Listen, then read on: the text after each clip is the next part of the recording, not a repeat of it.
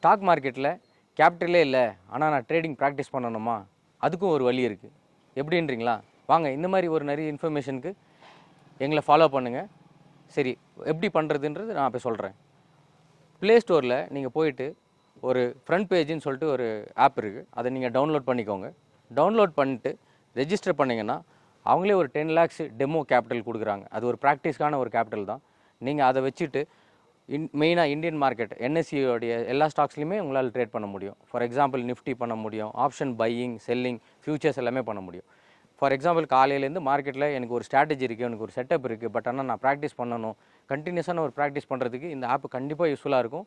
அதுக்கு நீங்கள் ஸ்டாப் லாஸும் வச்சுக்க முடியும், டார்கெட்டும் செட் பண்ண முடியும். இதுக்கு 2 வெர்ஷன் இருக்குது, பெய்டு வெர்ஷனும் இருக்குது, ஒரு நார்மலாக வந்து ஒரு ஃப்ரீ வெர்ஷன் இருக்குது. ஃப்ரீ வெர்ஷனில் ஒரு 5 ட்ரேடுக்கு மேலே உங்களால் எடுக்க முடியாது. பெய்டு வெர்ஷன்னா உங்களால் ஒரு 5 ட்ரேடுக்கு மேலே கண்டிப்பாக எடுக்க முடியும். இது ஒரு 2-3 months உங்களால் ப்ராக்டிஸ் பண்ண முடிஞ்சுன்னா உங்கள் செட்டப்போட அக்யூரேசியும் உங்களால் செக்அப் பண்ண முடியும். அது மேலே இது மாதிரி கண்டினியூஸான உங்களோட ப்ராஃபிட்டையும் அதிகப்படுத்திக்க முடியும் உங்களோட ரியல் அக்கௌண்ட்டில்.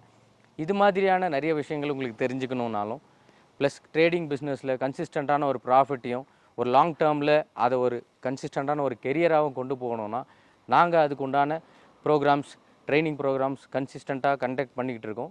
ஸ்க்ரீனில் தெரிகிற நம்பரை ரீச் பண்ணுங்கள். நாங்கள் உங்களை ரீச் அவுட் பண்ணி எப்படி உங்களை என்ரோல் பண்ணுறது, ஜாயின் பண்ணுற ஒரு ப்ரொசீஜர்ஸை சொல்கிறோம். தேங்க்யூ.